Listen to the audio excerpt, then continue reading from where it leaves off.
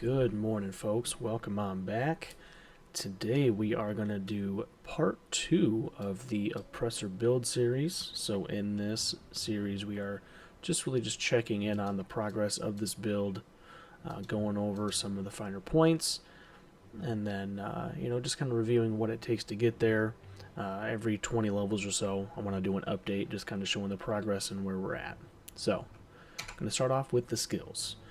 So Necromancer, that has not changed from the first video, and I don't suspect that it will. So again, I think it's important. Reaping Strike, Necrotic Edge, get 1 point into each of those. Get down to Spectral Binding, 1 point into that, and then dump everything else into Spectral Wrath. And so again, what this does, the reason we don't do this one, because it's giving us flat Aether damage, which we don't care about too much. This is more important because it is giving us vitality and Aether damage, but more importantly, it is draining resistances and attack speed from everybody around us. And the higher level the skill is, the more often it ticks. Right now it's a 1.2 second skill recharge rate. I want to drive that down as far as possible. That way everything is just popping around us, and then obviously helping us out with our poison and vitality damage. Now, I started off with Oathkeeper. I think if I redid it, I would do Necromancer to fast track my way to 15, hit all 4 of these, and then jump over. The reason why? Oathkeeper is the big one. So, we've got 3 more of these similar skills to Reaping Strike, Necrotic Edge. These trigger off of default weapon attacks. Well, these 2 do anyway. Safeguard is really good for damage. I'm going to wait until the end of the build to see where we're at for our armor and damage before I pump into that. Same thing with these 2. Ideally, I like to get these all to 20% chance to be used. So once we've maxed everything up, we'll go back and hit those. The most important thing in this build is to get all the way to 32 to get your Guardians.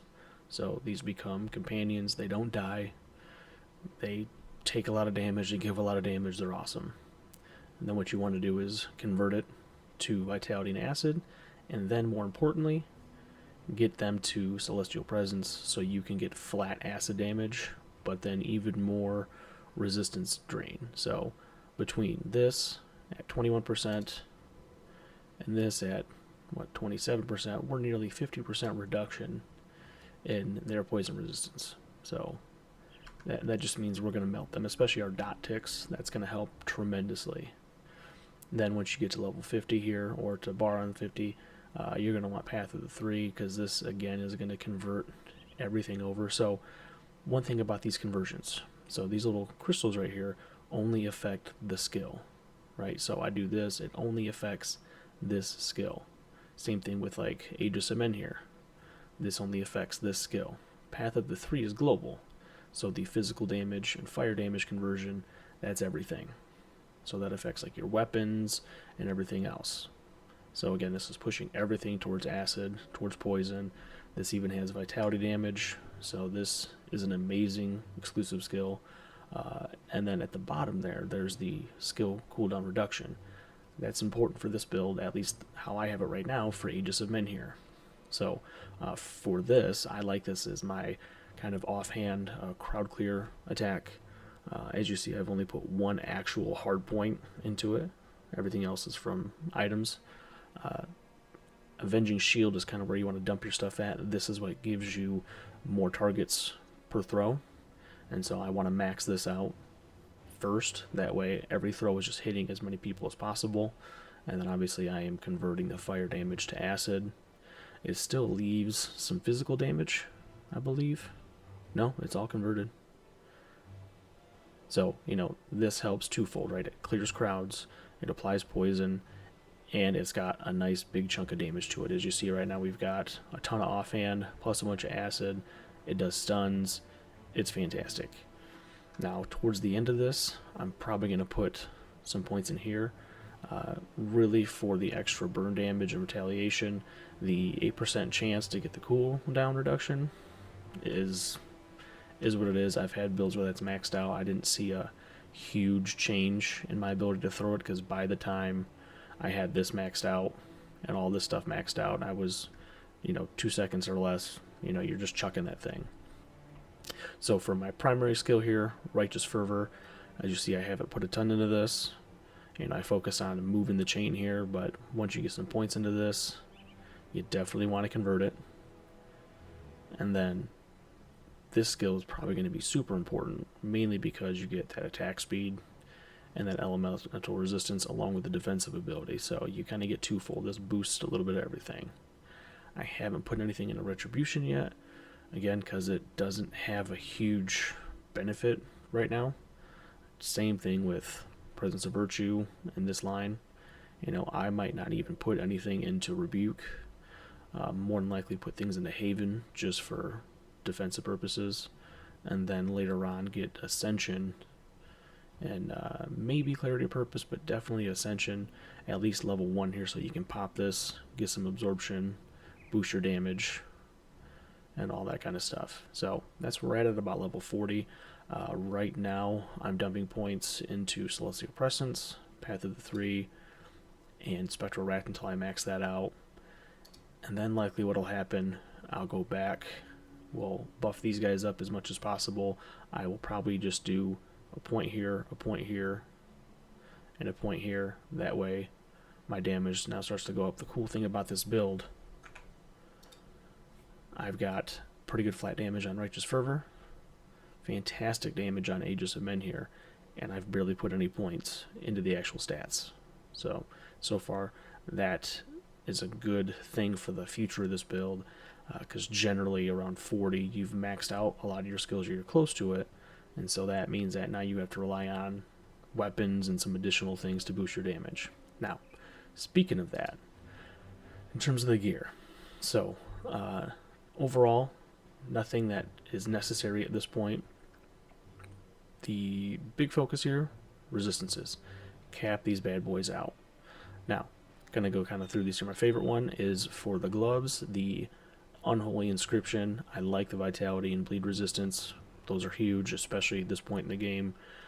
But the 5% attack damage converted to health, it's always nice to have a little bit of regen, especially since this build does not have a quick skill that can regenerate your HP. You only have potions.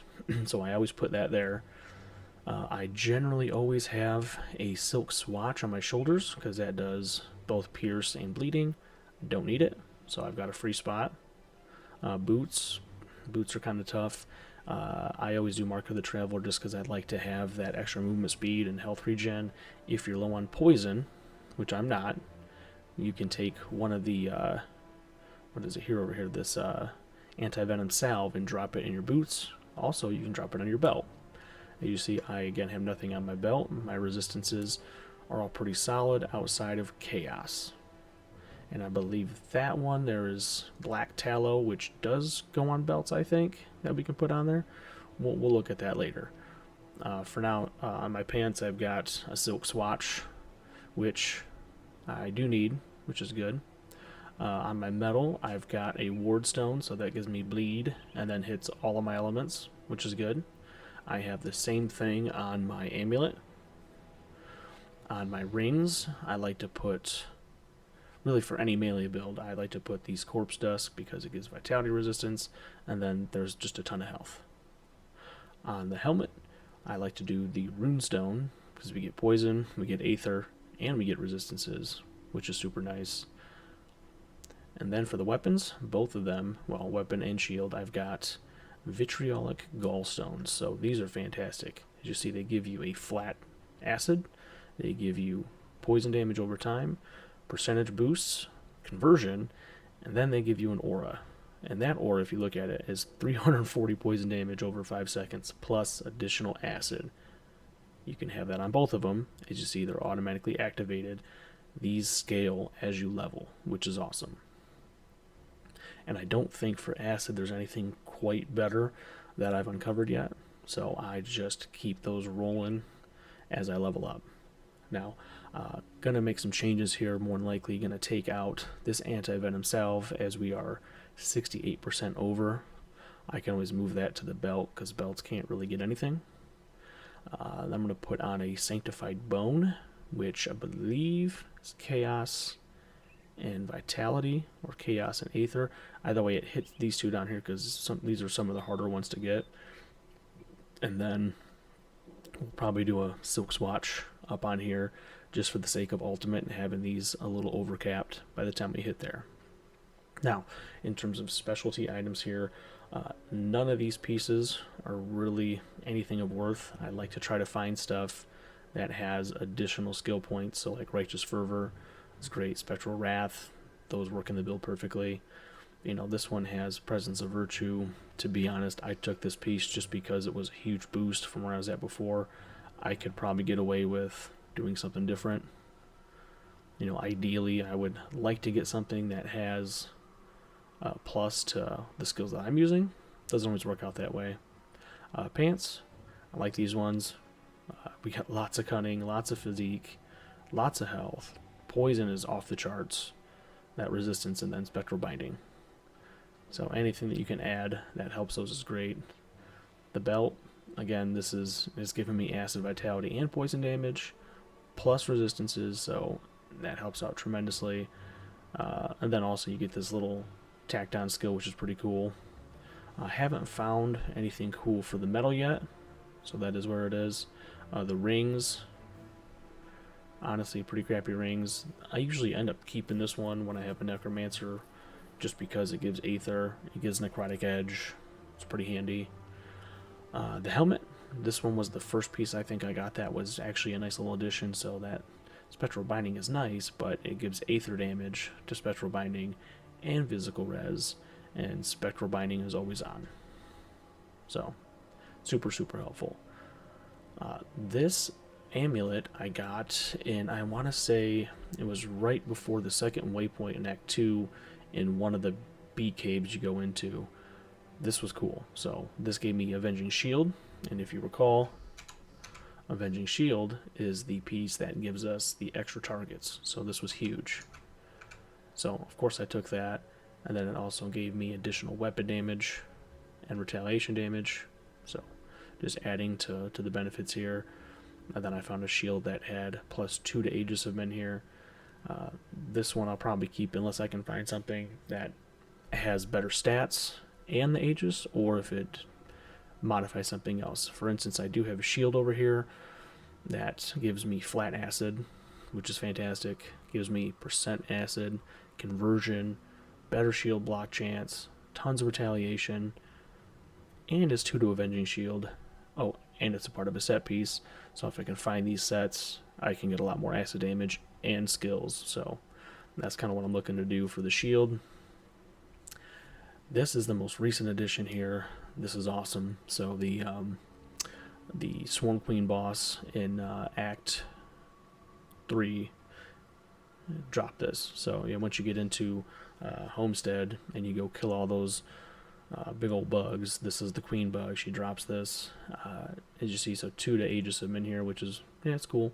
Flat acid, super cool. The 1489 acid damage to Aegis of Men here is crazy. And so this actually adds a ton of damage, converts the physical piece over. So this skill itself normally has physical fire damage. The modifier only converts fire to acid, so generally this guy has physical damage. So we take that off. You see, oh, we go back to 149 physical damage, which is going to lower the overall power of the skill. Drop that back on there, and as you see, we have over 1,300 acid damage, plus the addition of the skill points. So a lot of this stuff works pretty well together. So that is the gear. Again, I don't have any specific plans for the gear. I would like to get more of this. So this Perdition set. I think I've tried to get this before, but I've never actually gone too far into it. But this would fit this build perfectly. Now, the last little piece here are devotions. So I started off, as I usually do with poison, going for the Scorpion, because this little guy ticks. It is an AoE explosion, and it hits all over the place. Love this guy here. Next thing I like to go for is Mana Core, because we get a 14 reduced targets resistances. Its damage isn't quite as good as this one is, but the reduced resistance is great. Plus you get some flat, right? I like to get flat additions, so 335 flat poison is great. You know, the Scorpion doesn't offer any of that, just percentage based. So that's why I go for like the Rat, because this guy gives me flat. He gives me some resistance, and then he gives me more flat. Then I've gone into the Bat, so this gives me some vitality, but also some attack damage to health. And then of course when this procs, it's hitting, giving me health. So trying to find various ways to regenerate health, especially, you know, as I'm sitting there just taking hits, and I don't have a seal to sit in or a skill to pop to heal me. And right now my goal is to get over to this guy, so the Abomination.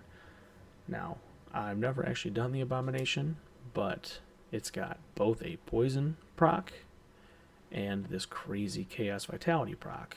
So I'm probably going to hit both of those. But in the meantime, this gives huge bonuses to damage. Look at that acid. We got 80%, 80%. Some good resistances. Even more damage boosts. More percentage boosts. And then here, flat. 111 flat with all of those boosts is going to be huge. And so my plan is, I've got Righteous Fervor hitting this. I've got Necrotic Edge doing the Twin Fangs. I put this on the Guardians of Empyrean. I don't know how well that's working, but I'll probably add this to one of the 4 procs that I have. And ideally I'll have 1, 2, 3, 4 additional procs on top of my main attack that I could be hitting. And so if I have this one at 20%, this one at 20%, this and this, not only am I getting the extra damage boosts from all of these and all of their benefits, but then those are stacking additional procs. So each hit should be something, which is fantastic. And so I think this build is going to work out really, really well. And so yeah, we're just gonna keep progressing here. I'll show some gameplay footage here. So we're going to take this. Oops, my controller died. Well, looks like I'm doing it this way.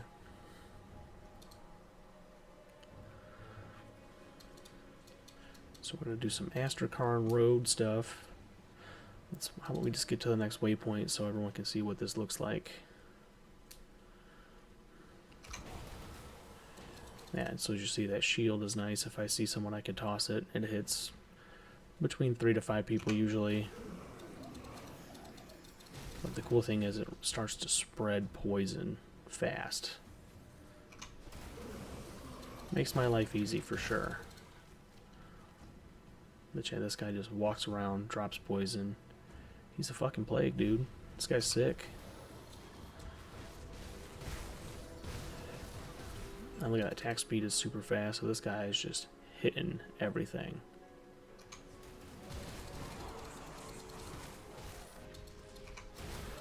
And see, that shield cools down so fast, you don't really know how long it takes, but it feels like it's always up. And actually, you know what, we were talking about this. Let's go ahead and do Reaping Strike. So every time I do a Reaping Strike, it's going to give me a pretty good chance. Now, I know in the past, when you had a skill that didn't attack all the time, it used to change the attack chance percentage. So I don't know if they corrected that, or if it's just not showing in the tooltip. But let's say like I have an attack that I hit with 100%, right? And the skill procs 15% of the time. That stays the same. However, in the past, if I had a skill that procced half the time, then my devotion skill would proc maybe 30 to 50% of the time. So you'd get a little bump because, you know, you're doing a percentage of the time hit instead of 100%. So that might have changed. This game has evolved 1,000 times over in the last couple of years, all for the good, but you know, things do change. They got to balance things.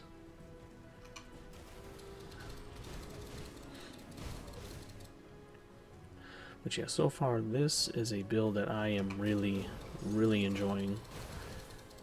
And I guess it's easy to say that about a lot of them, but you know, there's an aspect of survivability. There's some long range capability. You know, the poison is nice because poison resistance seems to not be a huge factor for enemies. Like, you'll get some specific poison enemies that have resistances, but it's not like elemental, right? There are some dudes on here that you just know, you know, they're frozen. If you're ice build, you're toast. You're not going to touch them. Poison? Not so much. And the fact that right now we have 3 sources that reduce resistances is phenomenal. So even if someone is maxed out, we can get them pulled down by, you know, around 50 or more percent. That's going to help out tremendously. And I like that the poison damage... Ooh, I feel the poison damage comes with the best dot in the game. Where, you know, you hit with the acid, and then they just start to melt. Oh, look at that. So what I tell you, so we're looking at... I'm going to put this guy over here. So, handguards are perdition, so we're going to get Path of the 3. We're going to get some nice resistances. I'm going to lose attack speed, but I gain physique, health. This is nice. Okay. We are going to work towards that. Very rarely does it work out like that. I talk about something I want, and I get it. Yo, let me get some lottery tickets, dog. Powerball.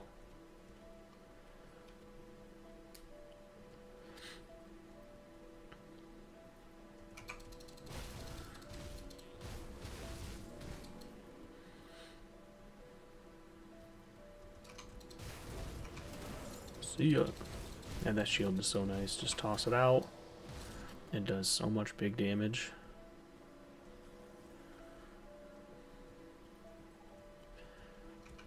And you know, I'm not sure what the maximum is on how many targets you can get, but I think it'd be fun to over-level Avenging Shield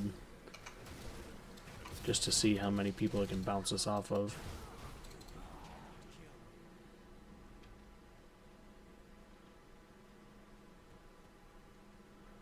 Yeah, see, so far this is turning out pretty well. Not even level 40 yet.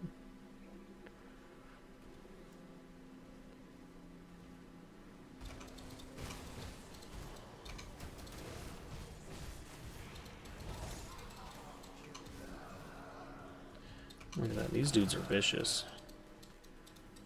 And I have only put 1 point into these Guardians. Imagine when they are maxed out.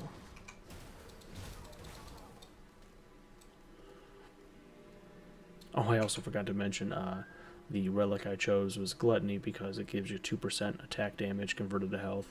So I like to have that, and then you saw that little wave that ran across the ground. That is another skill, and you see 25% attack damage converted to health. So anytime I do a melee based build, I'm always trying to get some sort of life leech. And life leech in this game can be pretty solid.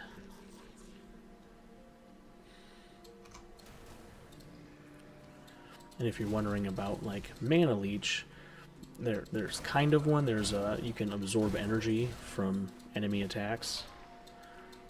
And so points of the game, dudes are going to be just hurling stuff at you. And you can actually use that to refill your energy, which is kind of cool. So I think on my Arcanist I have a little setup on that. As I'm popping Calor's Tempest, the rain and spells down on me, I am literally refilling my energy pool based on taking hits. And I don't believe damage mitigation affects that at all, so even if you have like a super high like Maven Sphere on you and you're, you know, knocking down 30% damage reduction, I think you still get the full value as energy. I don't know, the mathematics in this game, you could spend days creating spreadsheets and doing tests and all that fun stuff. Like, I think they do a really good job of it. I would still like to see more for myself personally. You know, the numbers really help to kind of play into what your build's going to be and influence some decisions. That's why, like, for damage, I don't look here. I like to see the skill itself, and gives me the breakdown, so you know I can understand why the number is or isn't moving. And obviously, you know, if you're looking at Righteous Fervor, if I get a weapon that is not physical, not acid, not vitality, not aether, obviously it's not going to go up, right? And then if we look at my percentages, like, you know, I get an extra 575% acid. You know, I get a nice little chunk of vitality. You know, poison, I've got 571%. So, you know, the numbers that they provide on here, although there's no guide that the game gives you in how to manipulate and read all this, you can figure it out just by, you know, doing a little testing, a little learning.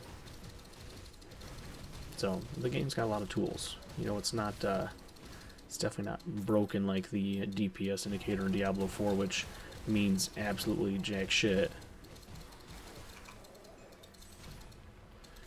Because, I mean, I've had endgame builds where I've got nothing for DPS, and yet my damage is super high.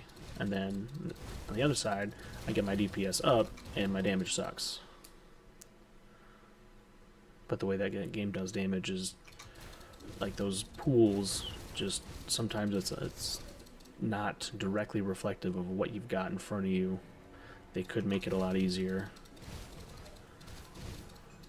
Now the thing is I firmly believe they have the best game engine of any RPG on the planet. The way the game plays, the way it looks, the way it feels. It's, I mean, Diablo's the cornerstone for a reason. But, man, some of that gameplay stuff just sucks the soul out of it.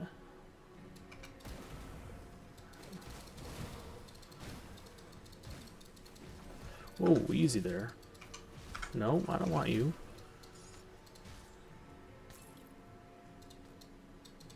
Now I'll take you.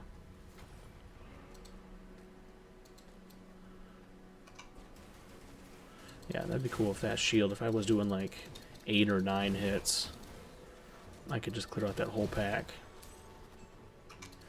Which actually would really help for these healers, because they always tend to hide in the back, so you could just hit those dudes from afar and be done with it. But look at that, 6,000 damage with a shield toss. That's a lot of damage. Look at that, those dudes are just dead. I'm like evil Captain America. I'm the Captain America that, I think it was from Infinity War, where he pretended to be Hydra in the elevator. That's me, except I'm actually Hydra.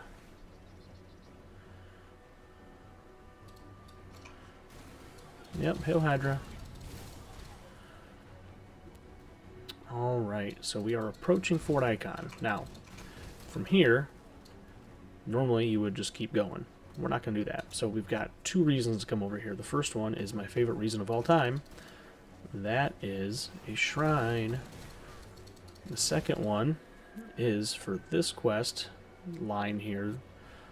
Once we turn that in, we should have a dude we can fight, which I should probably do that. There are some quests that you have to actually follow in order to trigger. And I do want to fight this guy. And sometimes I suck at turning quests in on time. I usually have a cadence. I'll get to certain waypoints before I turn quests in. Yep, here you go. Gather some seals. I got your seals. Kissed by a rose. And get the essence. Oh, ethereal essence. I haven't done that yet. Let's level up real quick. So, again, we are still doing, I still have 1 more, so this is maxed out.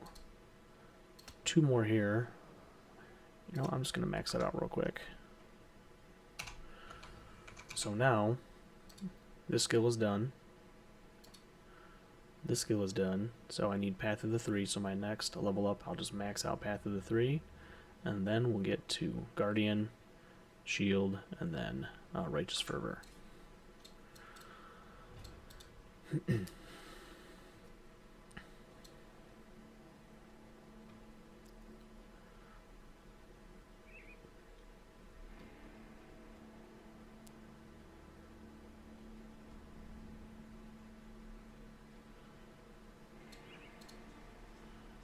Alright, let's go finish what we were doing.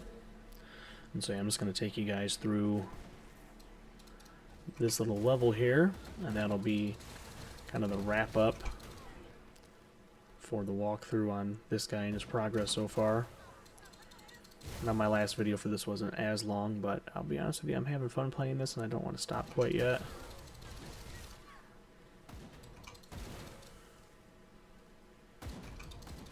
And I don't think I've given you a boss battle in this video, so that would be nice. Ooh, what's this? Nope.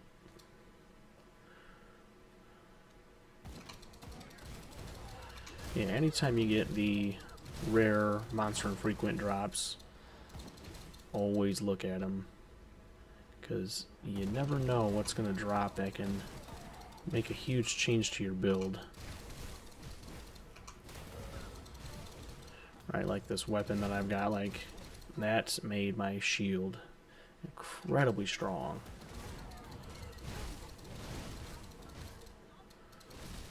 You see, this poison damage is just eating these dudes.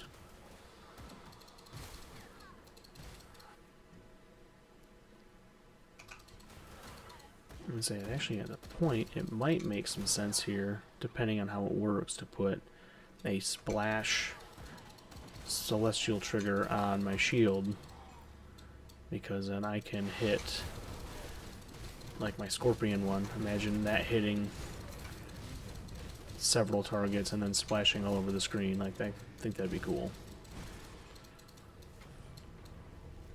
Alright.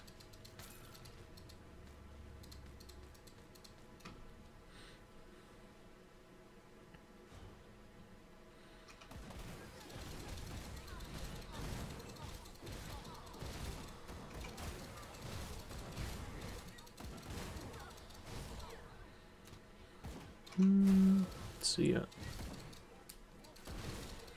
Even the noise that makes is cool. It like tings off of their heads. The Skull Crusher.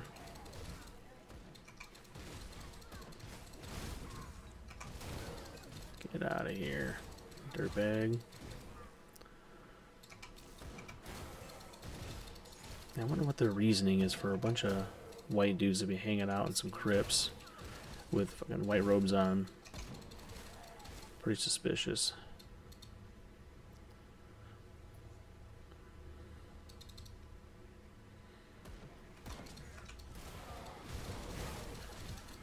But probably doing some a-hole stuff down here, tell you that.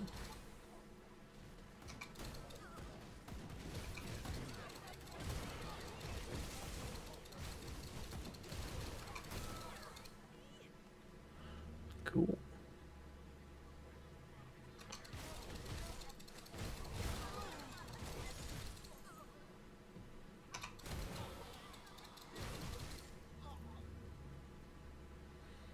The death noises in this game are hilarious.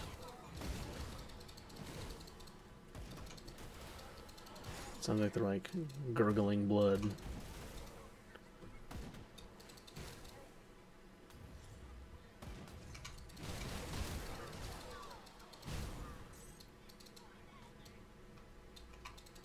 Yeah, I think you can hear them talking shit in the background, like, oh, you're dead. I don't think so, buddy.